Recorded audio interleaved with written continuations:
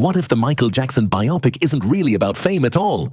What if buried underneath the sequined gloves, the sold-out stadiums, and the thriller choreography, there's a much quieter, darker story about a boy who spent his entire life searching for a father he never really had? Because once you notice that thread, it shows up everywhere, and it completely changes how the film feels.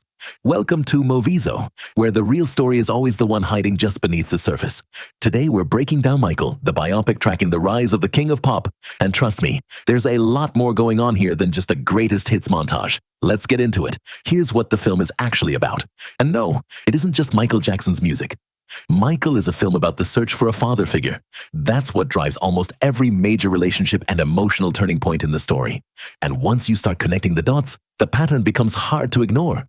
The film doesn't just show Joseph Jackson as a bad father. It shows Michael spending his entire life trying to find replacements for him.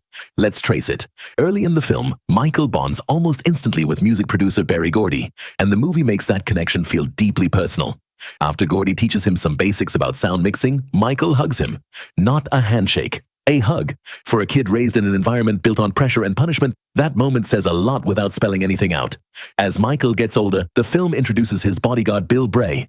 And again, the relationship feels intentionally parental.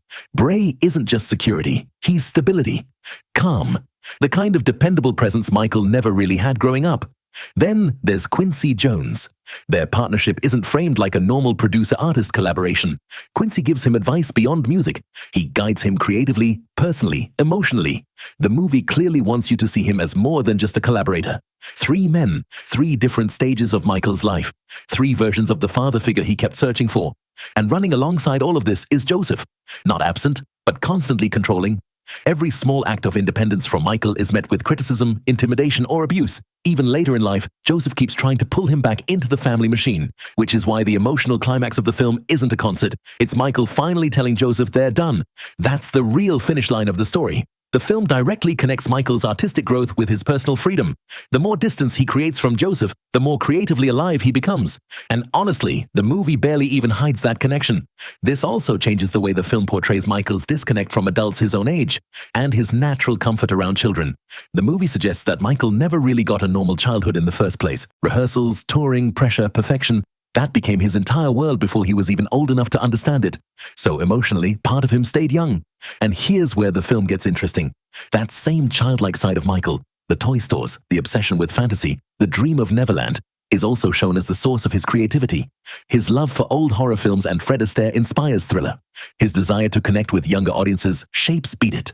The thing that made Michael seem unusual is also presented as the thing that made him brilliant. And the movie never fully resolves that contradiction. It just lets both ideas exist at the same time. Here's my take. Michael ends exactly where this version of the story needs to end. At the peak. World tours, stadiums packed. Michael finally standing on his own, away from Joseph's control. And I think that ending was completely intentional, because the emotional core of this film is liberation.